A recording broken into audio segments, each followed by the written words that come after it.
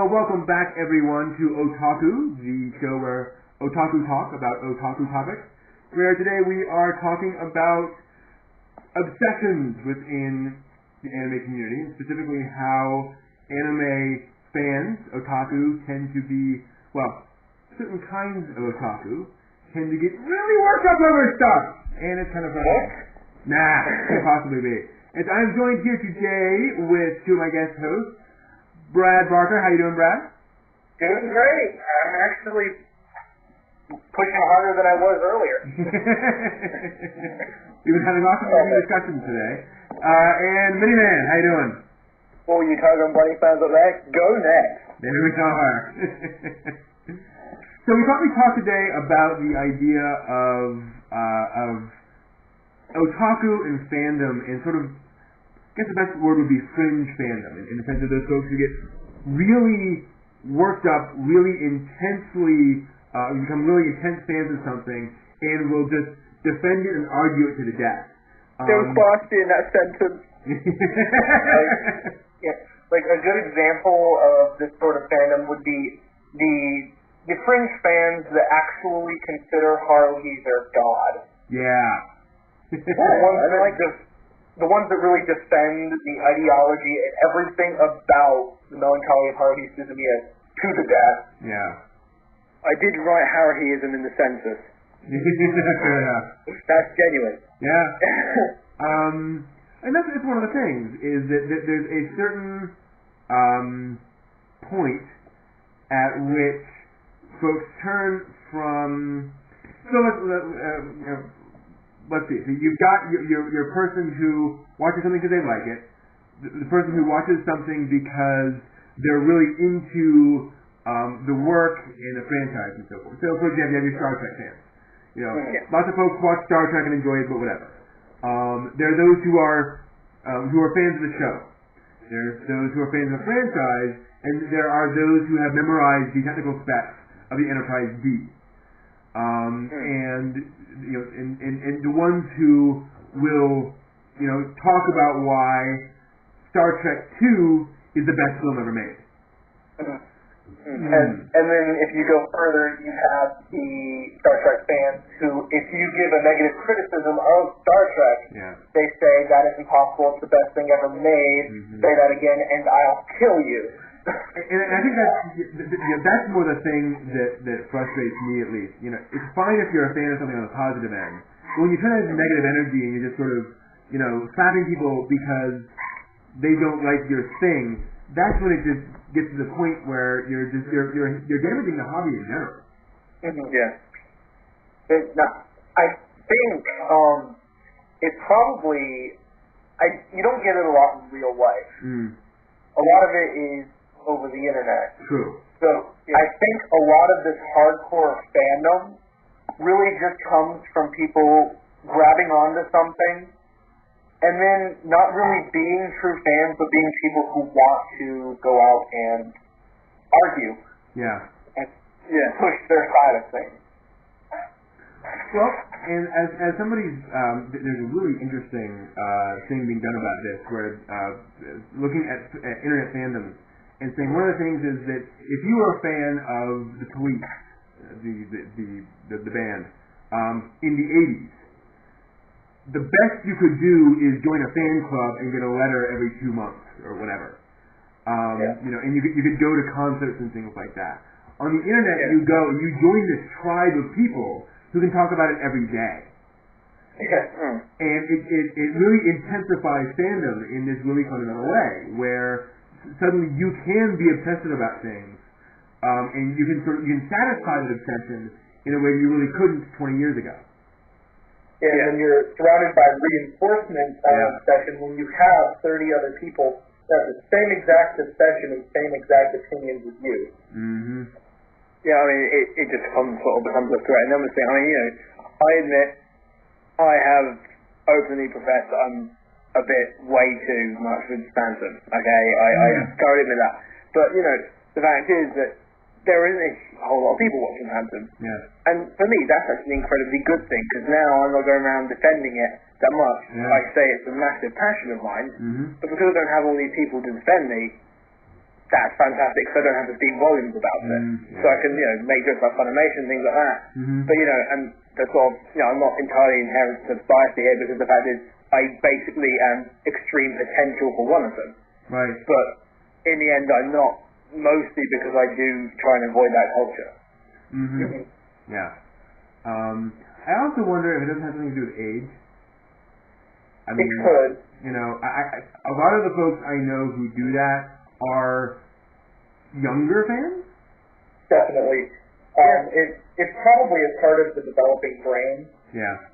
Yeah. Where it used to be, you could grow up, you could have those things you liked, and you could enjoy them, talk about them to some other people who enjoyed them, stuff like that. Now you have this mass community of thousands and thousands of people, and once you like something, you can grab onto it with a growing brain. But then you also have a community that grabs on it as well with the same age. Yeah. And you feel like you're invincible. Yeah. Like, you get that in a lot of, other culture things, like, Call of Duty, for example, that's, probably the easiest to sort of explain, because, think about it, the majority of Call of Duty people, in general, I personally do not like Call of Duty like that, and anyone who says that they're a gamer and just they play Call of Duty, okay, I will defend stupidly, annoyingly, okay, I will go batshit crazy on you.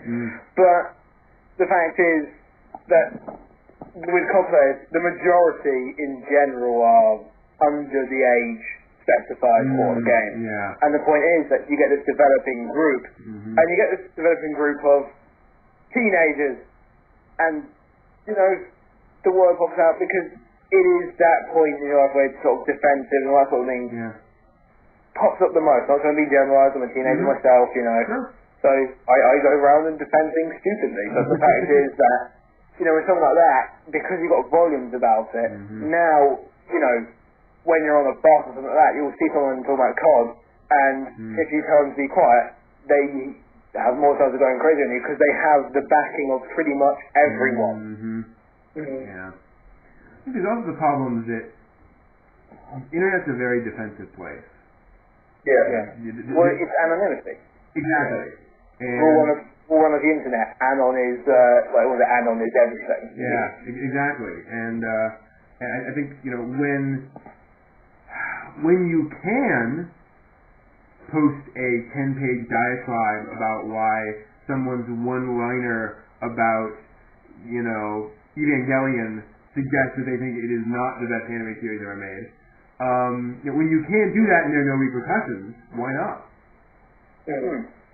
Because remember, on the internet, unlike real life, you don't have any pressure whatsoever to fit in social norms. Yeah.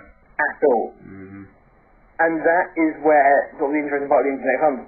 Because you get all these people, they're almost just trying to be different half the time. And it does, sometimes it's them supposedly showing their true self, sometimes it's them trying to fit in with what they think is the social norm of the internet. And the social norm of the internet is anon. Yeah. And anonymity creates this mass tension of things, because the fact is that when you can do something with no social obligation or repercussion, your whole sort of social context can completely devolve. Yeah. And that social context changes the complete way that you speak, internet comments, YouTube comments, things like that, will be completely different if you went up to that guy and said, how was that video? Yeah, exactly. Yeah. When you're anonymous, you can say anything you want.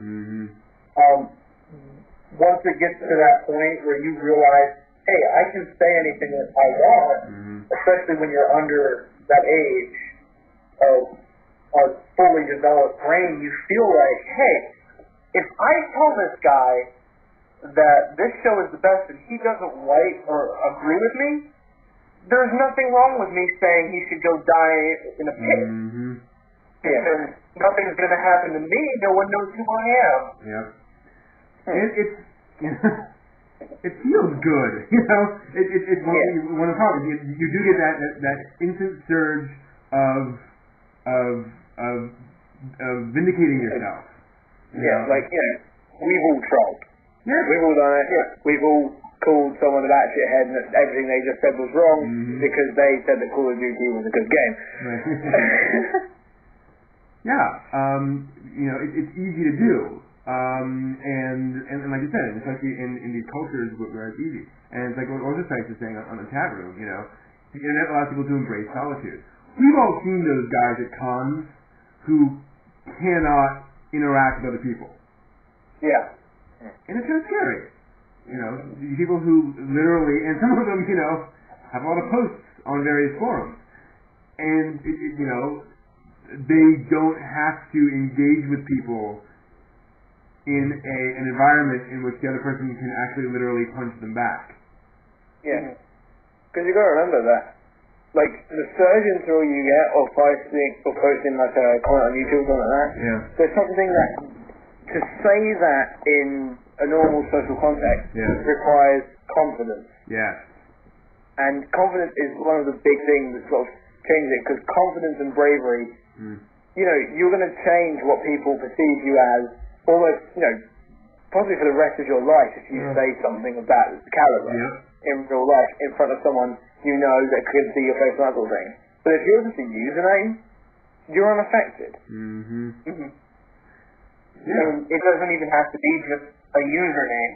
I mean, here isn't a good example because I consider you guys friends, so I feel I can speak openly. Sure. But even on another channel where I'm with total strangers, I still feel like I can speak openly because there are thousands of miles between anyone I could possibly be talking to, at least hundreds. Yeah. So you have a screen in front of you, but you don't have anyone looking you in the eyes, going like really judging you. Yeah.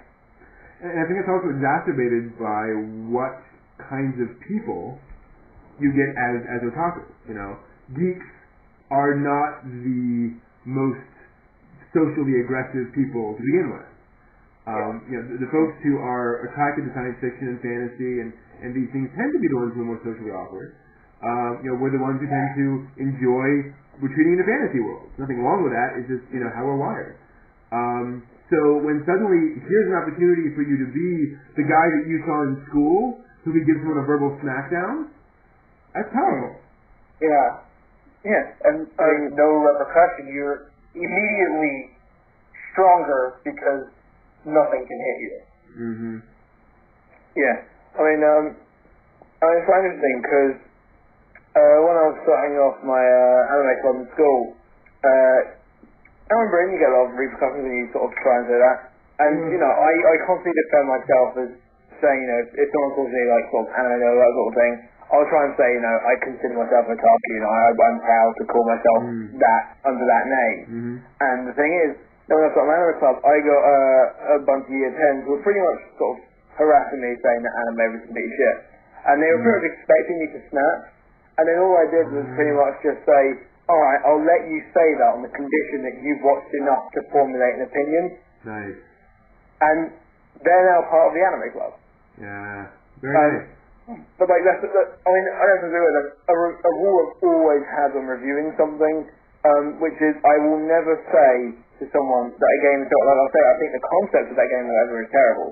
But I can never say a game is terrible unless I've played 2 hours of it. Like for ages, I've been recently saying that I don't like the idea of Call of Duty Black Ops because I think it's going to be the same. Haven't played it, recently played 2 hours, now I hate Call of Duty Black Ops legitimately.